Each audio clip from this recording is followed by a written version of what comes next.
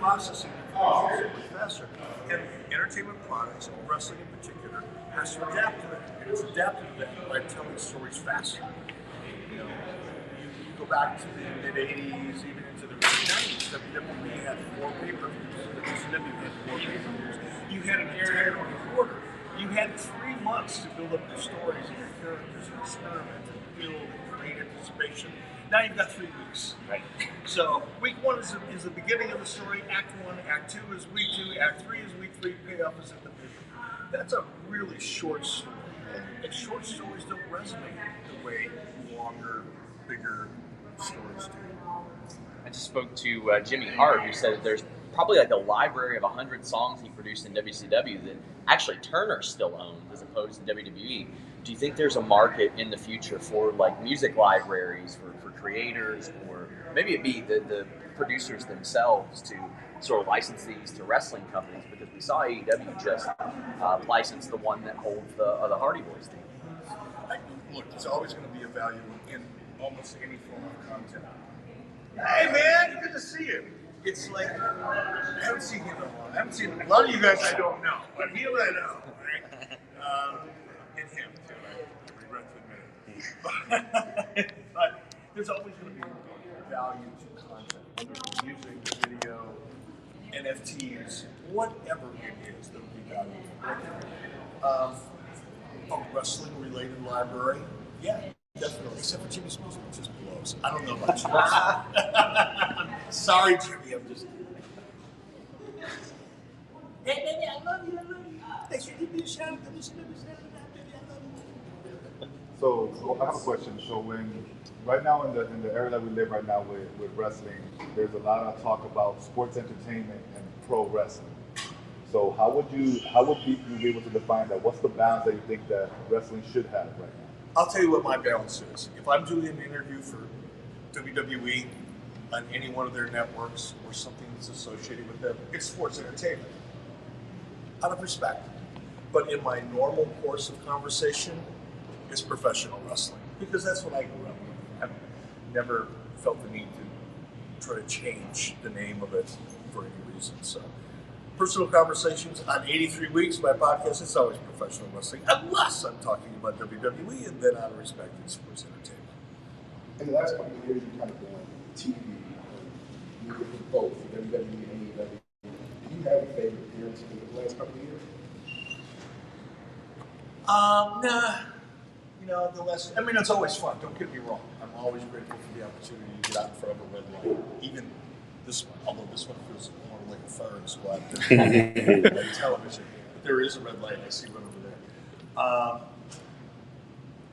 But look, when I show up, it's a cameo. I'm not involved in a storyline. It's really just a little bit of garnish on the plate, which I'm very grateful for. But it's hard to compare that to, being a minister in the Chuck and Billy way. I mean, that was kind of fun, right? How do you compare with that? So do you see yourself doing anything anytime soon with either WWE or AEW, where you will be full time? No. No. Number one, look, I'm a realist. As much as I enjoy performing and getting out there in front of the camera, I'm always grateful to put my toe in the water and make an appearance. That ship has sailed, brother. That's in my rearview mirror. I'm grateful for it. I'm happy to get up every morning and look at my rearview mirror and think about the things that I've been able to do. But I'm fortunate to not feel so connected to it that I have to have that back in my life. I'm really happy doing what I'm doing. How about backstage writing? Writing backstage? No, because actually, that sounds fun, and it is fun because the creative process is a blast when it's a healthy one. But that's 2 full-time jobs, because you're not only working while you're working, but you're thinking while you're not working, and you're imagining, and it's hard to turn that switch off if you're really good at it and you're really passionate about it. So it's not like you go to work at 9 o'clock in the morning and come home at 6 o'clock at night. Forget about it. I've done my best work at 3 o'clock in the morning in my sleep, and I wake up with an idea. And as cool as that sounds, it's fatiguing as hell. So I'm good right where I'm at, brother. Eric, I want to ask you one last question about the gentleman that talked about you being AEW and WWE. It felt like initially there was a more rosy relationship with you and Tony Khan and AEW with the appearances, and you've been a little bit more critical potentially recently. What would you attribute that to? Is it more kind of giving them a fair shake at the start and kind of be more critical of them now? Where did it kind of change for you? It didn't change at all for me. What changed in the discourse between Tony Khan and I was that Tony felt whatever he felt it necessary to come out and say that, Dynamite is where WCW was in 1996. Well, come on. Is there anybody here that buys that? WCW was beating the WWE at that time. WCW was an extremely profitable company at that time. WCW had a lot. WCW was promoting massive pay-per-views at that time. Many of them, not just 1 or 2 or 3 or 4 a year. You can't compare WCW to AEW, but he felt like, he's got to try to get himself over, so he threw that out there, which was fine. That part didn't really bother me. What really bothered me was when Tony Khan said, well, if Ted Turner knew as much about booking as I do, WCW would have never failed. That pissed me the fuck off. That was so disrespectful. And I gave an honest response to an honest question. And that honest response kind of, created an opportunity for Tony to feel his need to respond, which I understand. I don't hold him against it for that. But that's where it kind of escalated. But it doesn't have anything to do with my feelings about AEW. I'm a fan of AEW. I'm excited about AEW. I want them to succeed. I see a lot of great things. I said that, long before our little dust up. Conrad would talk about, Dynamite on 83 was podcast. And I would point out the things I enjoyed about AEW more than the AEW got. But at the same time, if I'm asked a question, I'm going to be honest in my critique of that. But it's not meant to be a shot. It just gets interpreted as that. And I think Tony's a little thin-skinned and he took it a little hard. Tony, win! Thank you, Eric. We're going to bring out Conrad now. No, I'm having fun now. Listen, we got a pay-per-view with it. I don't want you to punch yourself out. I want you to punch yourself out. Hey, Eric. We're going to have Conrad, guys.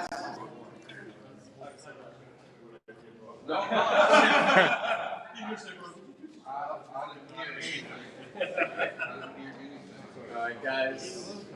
Godfather himself, Conrad Thompson. Whatever that means. Hey, look at the new room. Thanks for the house. So, we just heard the announcement of a new Eric Bischoff show with John Alba. Like, what goes into these decisions when you decide I'm going to launch a new show on an already profitable service like this? Eric wants to talk more current stuff, and he thought this was a way to do it. I would prefer not to talk about current stuff. He really likes it, as you can tell. We're excited to have another idea, and I would imagine pretty soon there'll be some more ideas announced. Okay. Do you want to tell us what those are? I think you'll find out about some of that stuff today, maybe. So, maybe not yet today, but at some point today. So what exactly happened when now you're co-hosting Ric Flair's podcast? Like, can you tell us Do you not have Twitter? I do, but is the show going to be any different now that you're there? Yeah, I'll be on it. That's about it? Funny, but, Okay. my vision for Rick's show has always been to walk, cover myself up in the nostalgia. Who better to do that than Rick? So I think we will do guests occasionally. I think we'll do a lot of fan questions, but I think we'll do a lot of watch-alongs. I want to see what, I got lucky enough years ago to watch Rick and Steamboat from Chi-Town Rumble. He had never seen it back. That was pretty cool to have him be able to watch that back, having never sat down and watched it, and say, oh, here's what I was thinking. I remember right here, we were going to do blah, blah, blah. I thought, man, what a master's degree of wrestling we're getting right now. But we were just hanging out. So I want to record that and bring it out. But yeah, it's unfortunate that it all happened the way it did. But here we are.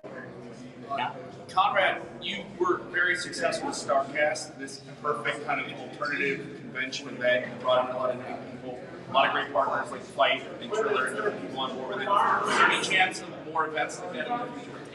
I think it's time for another StarCast. I can't to say that I've put pen to paper and have an actual contract in hand, but I'd be lying if I said I wasn't working on it. So we'll see what happens next. We've got some pretty fun ideas, if and when it happens. Everybody and their brother has like a wrestling podcast nowadays.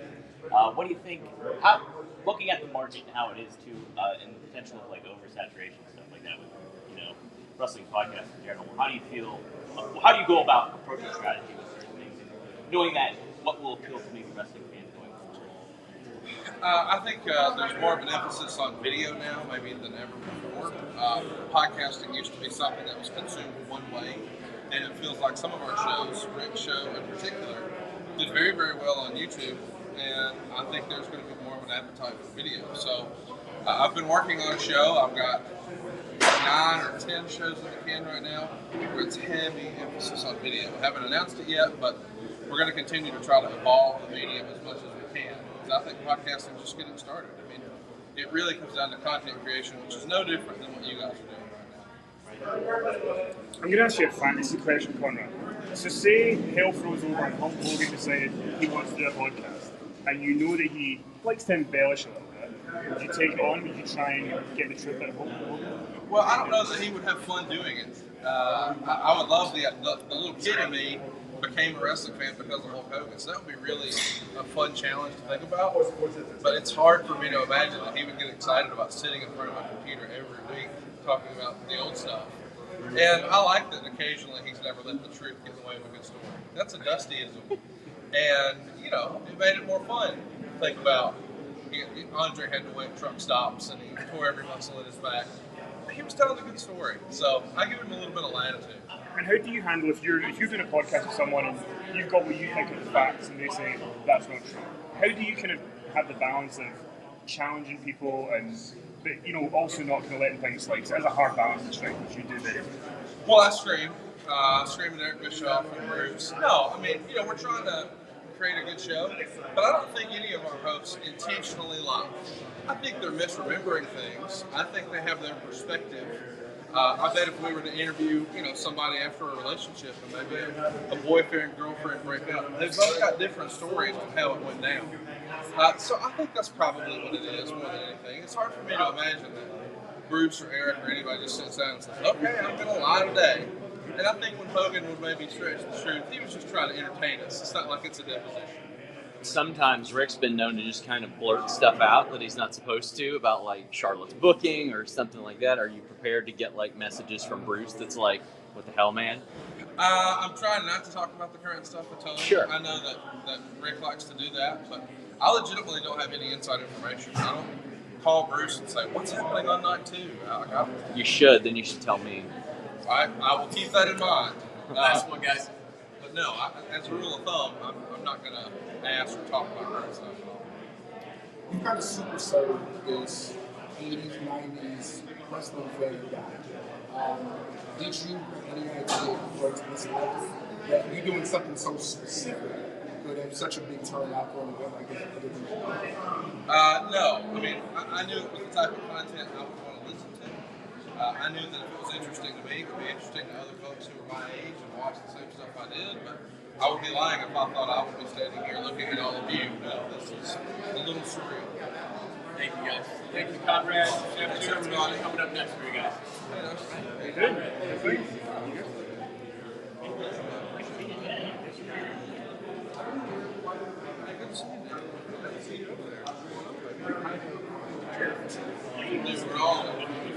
I popped when you said everybody in the dress. I wanted to be like literally you. Double jam. Are you selling here? Macintosh is here. I know you. Can I get you out? I gotta be. Everybody's so serious. Boy, I know all these folks. So how does it start? How was AAA for you last night? What are you talking about? I wasn't there. No? I guess I'm supposed to be serious. No, it's been obviously a couple of years. It was really kind of surreal in a good way. I haven't been a part of AAA in a couple of years, and so La Impresa, that whole vibe going on, it just kind of fit. A couple of folks that I know in Mexico City shocked, and they don't use that term very lightly. So if I can shock those some of my close friends in Mexico City, I think mission accomplished. Jeff, recently you brokered into the world of professional sports, promoting a team now, Lucky Horseshoes in Springfield, Illinois. Tell me about that. How is your wrestling promotion going to affect a baseball organization? That's a different challenge. You know, the cool part about the entire experience with the Lucky Horseshoes is that Jamie Toole is the majority partner with Capital City Baseball, and we've had a relationship for multiple years. I've had a multi-year, 20-plus year relationship with minor league baseball, and minor league baseball is radically different than Major League Baseball. Minor league baseball, they may have a set of players one month, and next month they entirely choose a new roster. So they have to sell fun and entertainment and the experience and the atmosphere, and that really goes hand in hand with professional wrestling. And so when we connected and he pitched sort of, I'll call it the vision, it was right up my alley. First, it was a little bit of a head scratcher when they presented the whole ownership package and plan and where we were going. But we did the rebranding last month. And, the statistic that I'll share, it's kind of hot off the presses, but I think it's real good. And it's really, this is more for the momentum we're creating. I don't want to point fingers or anything, but our digital numbers did more in the month of January than the team did last year in the entire year combined.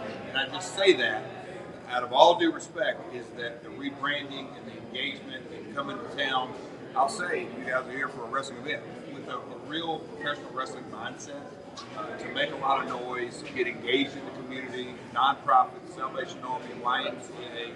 We have really dove into the community. We partnered with the mayor. Did a live event with WWE, and the whole genesis of that was I was going to take the mayor out to a night of wrestling. He's a longtime wrestling fan. He's taken his kids in years past, so we get to go to a live event. I ended up in a Miz TV. The mayor was announced. The Miz wore a jersey of the Lucky Horseshoes in the ring, so it was a really great live event, great turnout. So it has exceeded all expectations. Are you going to be bringing any more professional wrestling to Springfield?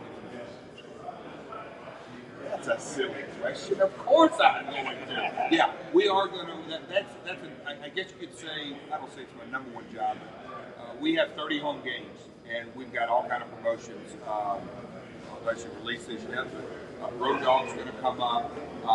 We've got a NASCAR legend coming up. All kind of theme nights. We've got collectors night and all that kind of stuff. But we're also going to have music events. So events on non-game nights. We're going to have a wrestling event. We're going to have music events. We've got a lot lined up, and this is just year one. Jeff, I want to ask you quickly. You were Triple H announced his retirement this week. You worked in Triple H a little bit in the Attitude Era. You worked when you came back to WWE.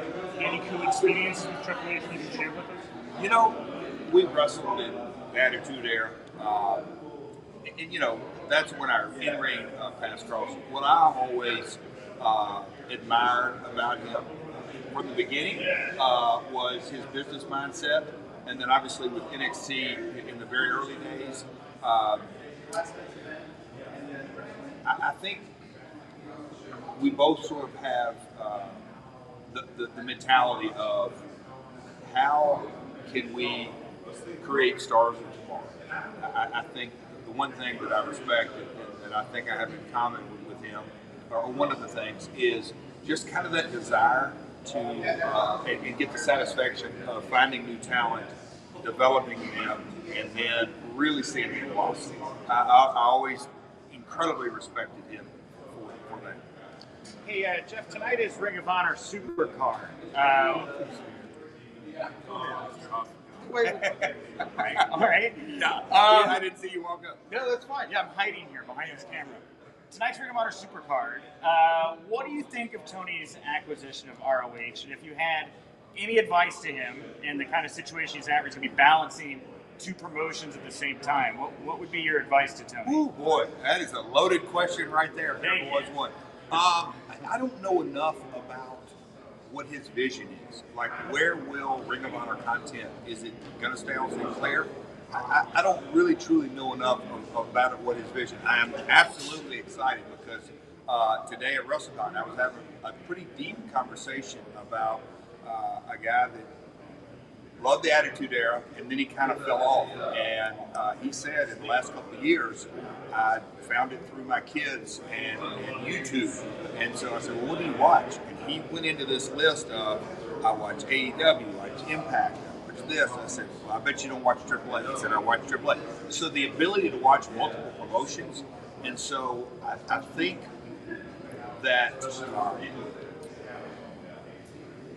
the real litmus test, if you will, is that how's he going to differentiate AEW vision from a Ring of Honor vision? Because I know from personal experience, I've witnessed it, I've been a part of it. If it's AEW light, I'm not sure that's the recipe for success.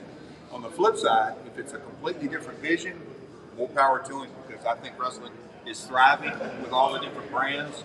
Look at WrestleCon, 6 or 7 shows at this venue today, MLW, multiple lucha shows in town. I'm, for one, super excited about where the industry's going. I mean, I think about '94, my first WrestleMania actually being, and how it's grown, and we're doing a pay-per-view with. There is not a wrestling ring in sight tonight, and that kind of speaks to the volume of where the industry's at, and it's just going to keep bigger and bigger and bigger. The international component just continues to blossom. So, the shorter answer is TBD on Tony's acquisition. Thank you, Jeff. I appreciate that. How have you felt getting back in the ring after a few years, and how long do you see yourself doing it? How long? I never would have dreamed that I'd be stepping in the ring, but a lot of people are negative on the pandemic, and not everything great happened out of that. But for the first time in my life, I spent more than 60 consecutive days in Horseshoes, Tennessee. I had never done that literally since senior in high school, and that's because of school. But I still left town on weekends to go to wrestling shows or something like that. But being at home all that time, and then as things transpired and launching the podcast, and I kept getting phone call after phone call. I told Karen, I said, all right, I'm going to get in shape. And she just kind of rolled her eyes, and I'm like, all right, I'll show you. But getting in shape, I feel fantastic. And I was really happy with Hammerstein in multiple ways. That new character, new look in a way, but pulling from my past. But I'm not sure how long I'm going to do it, but I'm definitely take it one match at a time. Hey, Jeff, it's your 5th decade. Yes. How have you lasted so long, and what keeps you interested? I love it. I can tell you, look, I know almost everybody by first name. This may sound cliches, but I really do. Love is the right word. I love professional wrestling more today than I did when I broke in. And so I think the passion, and when I do seminars, I tell guys, look, if you're doing this for the money or fame, and that's generally why somebody gets in this business. Either they want to be famous, or they make money, or both. And I tell them, those have to be 2A and 2B. You really got to love what you do. It's not, there's no amount of fame and money and all that kind of stuff. If you don't love what you're doing, you'll never succeed. So I really love it. I absolutely love it. And I think wanting to continue to be innovative, sometimes I use the word reinvent. I think that's more of an in-ring character. But as far as innovate, and I got a couple of international projects that are in development that I believe are going to be very innovative. And that's what drives my brain. How can we look at wrestling differently? Awesome, guys. Thank you, Jeff. Thank you. That's too short. You got a whole show. Thank you, Jeff. All right, guys. Jeff already. Hello, Sorry, guys. Jeff has a couple minutes, real quick, before the Super Show. That's someone else's mic. You can go ahead. But yeah, couple, fire away. Jeff, thank you for your time. Hey Jeff, how's it going? I want to just go straight in with you and Matt reuniting on Dynamite as the Hardys. Is that something that you kind of want to do as this whole run, or do you want to go singles again? Have you got plans? What are your aspirations in AEW? Not full run our last run. We're getting older, you know. I'm 44, Matt's 45, 47. So I mean, it's our last run. It's going to be special, and I think AEW is the only place we can actually do that open-mindedly to like be free. So it feels so good. I'm right exactly where I'm supposed to be. From a presentation standpoint, how AEW has positioned itself and stuff, what's kind of been a refreshing thing for you, like going out there and seeing how the atmosphere is and how everything is set up overall from a production standpoint? What's been a big standout for you? Watching the Young Bucks match. You don't have to worry about a 10 count. You don't have to worry about a 5 count.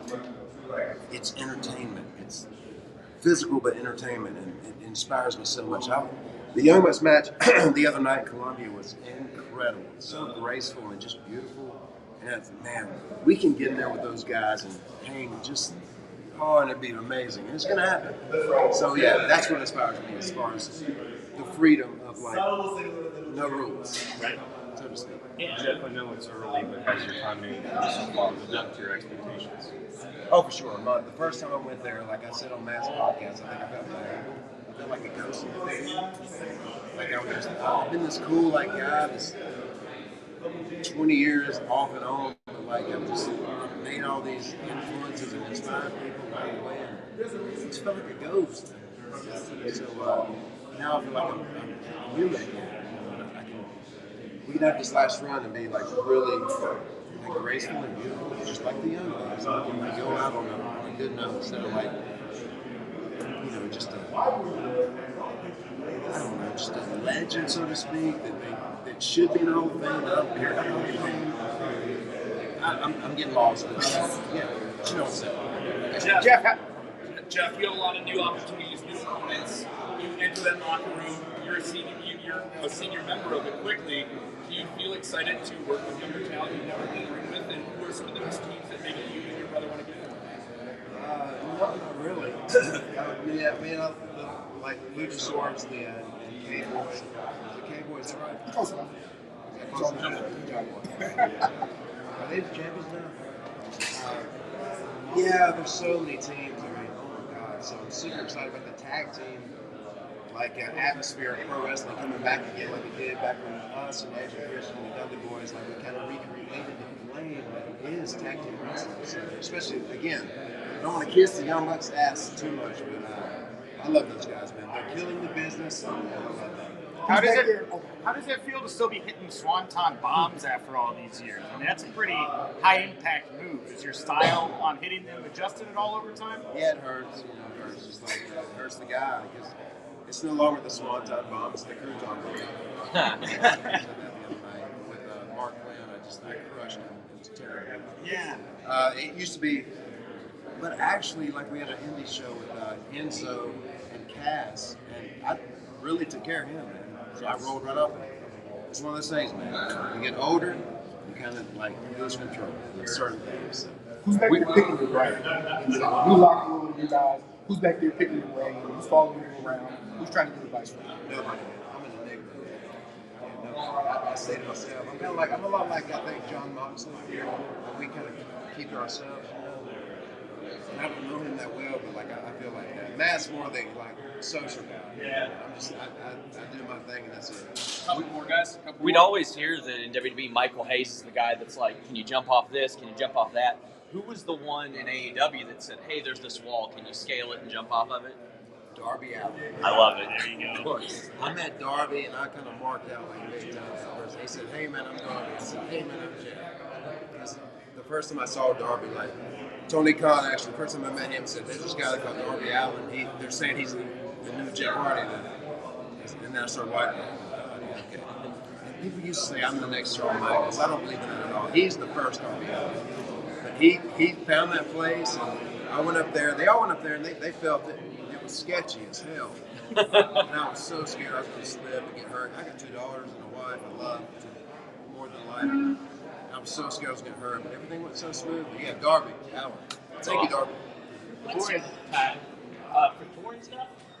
How's like music and everything like that? How are you going to incorporate that while you do your AEW schedule and everything? I don't know. That's the unknown. But tonight's very exciting because we're doing the podcast, meet and greet, a music set, like afterwards, and some original music, man. And that's my heart, man, and my mind, you know. So I can't wait for people to experience that. Ella, go ahead. What's your vision for next in the music industry? The next album, I think, is the heaviest and darkest stuff I've ever written. I think it's going to be good, but I think the key to my success will be making the music video to this song called Manifestations, which is very dark. It's about God. And actually, like, to where people can actually see what I was seeing. You know? So actually committing to making a music video to the song to where the album comes out. And it's just, oh man. And one's really evil, and I'm so excited. It's a 6-track project. I hate to interrupt my brother, but I'm so excited to see you, man. I just want to tell you in front of everybody, I'm really excited for you here. Thank you so much, brother. I'll see you out on stage. I'll see you there. But anyway, that's the thing. A video and the project at the same time. I think that's my way. Very last one, guys. Anyone? Jeff, thank you so much. Appreciate it. Thank you, guys. Thank you, Jeff. Thank you. Back to. Nice. All right. Bring a little 45 minutes. That's fine. Yeah. They don't know how to do that.